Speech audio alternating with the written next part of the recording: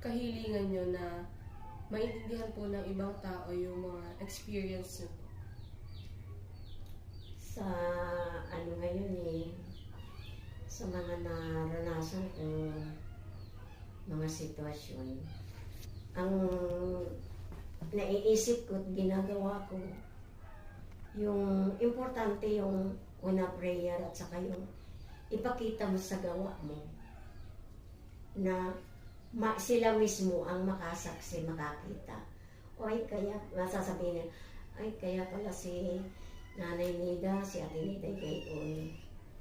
Ayun, kaya pala malaki ang pinagbago niya. Dahil sa natututunan niya sa pagdalo sa gawain ng Panginoon. Ayun, pakita natin sa ating gawa. Kasi nung una, nung hindi pa ako mananampalataya mataray-taray din naman ako. Pag sinabi kong gayon, ganere, kailangan gawin mo. Meron ngayon na, kumbaga, lumawak yung pangunawa ko, pag-iisip ko. Meron palang mga tao na hindi nila matanggap yung pinapaliwanag mo. Mas gusto nilang intindihin yung sarili nila kaysa yung sasabihin mo. Marami ako, ilang beses na akong naririnig na gano'n. Sinasabihan ako na, huwag mo akong pangunahan. O di kaya yung, papunta ka pa lang, pabalik na ako. Yun ang kalimitan kong naririnig na sagot nila sa akin na, maganda naman yung motibo mo. Pero gano'n ang kanilang, sabi ko, ay ganito na ba ang pananaw ng mga tao ngayon? Halimbawa, yun ay sa akin, influensya yun sa mga technology, cellphone, TV. Yun, doon yung nagmumula. Bakit ganun ang walang ugali na ng tao? Isa pa, may warning. Dagdag ko na lang.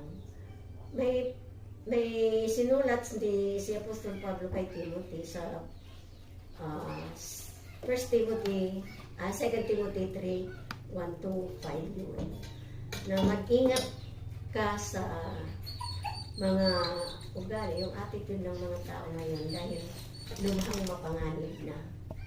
Ang mga tao ay maibigay sa salapi, yung walang galang sa magulang, yung walang pakundangan sila, yung kung ang trato sa matanda ay parang kalibel na lang nila.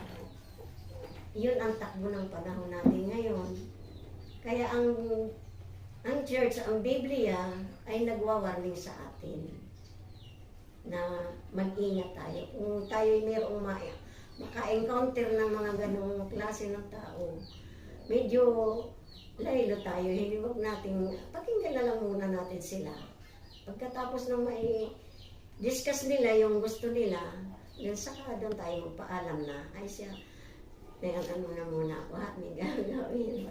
So yun, nakaiwas tayo sa mga posibilidad na makipag-away pa tayo.